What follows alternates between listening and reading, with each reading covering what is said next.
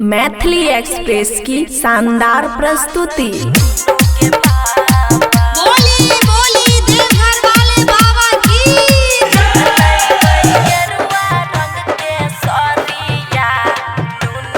खुशी recording studio बलुआहा। देवघर जइबै हमहू करना तू देरिया हो नूनू के पापा।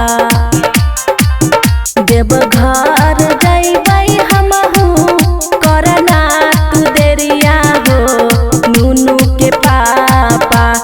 लइबै गेरुआ रंग के सरिया नूनू के पापा। लइबै गेरुआ रंग के सरिया नूनू के पापा। डीजे सुमित सतीश रैनी।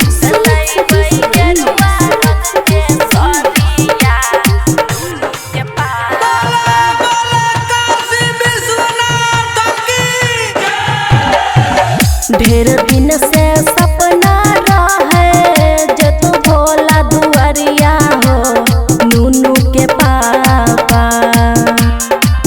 ढेर दिन से सपना रहे जे तू भोला दुआरिया हो नूनू के पापा।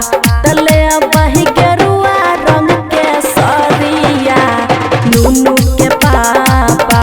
तले बही गेरुआ रंग के सरिया नूनू के पापा।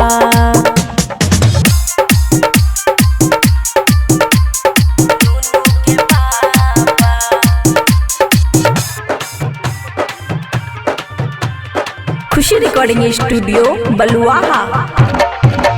टोला मोहल्ला जाइ छै बन के कवरिया हो नूनू के पापा। टोला मोहल्ला जाइ छै बन के कवरिया हो नूनू के पापा। तले बही गेरुआ रंग के सरिया नूनू के पापा। तले बही गेरुआ रंग के सरिया नूनू के पापा। डीजे बोली डमरू वाले बाबा की। लइबै गेरुआ रंग के सरिया नूनू के पापा के पापा। रोशन दीवाना फेरतै बाबा नजरिया हो नूनू के पापा। रोशन दीवाना फेरतै बाबा नजरिया हो नूनू के पापा। तले बही गेरुआ रंग के सरिया नूनू के पापा। तले बही गेरुआ रंग के सरिया नूनू के पापा। खुशी रिकॉर्डिंग स्टूडियो बलुआहा।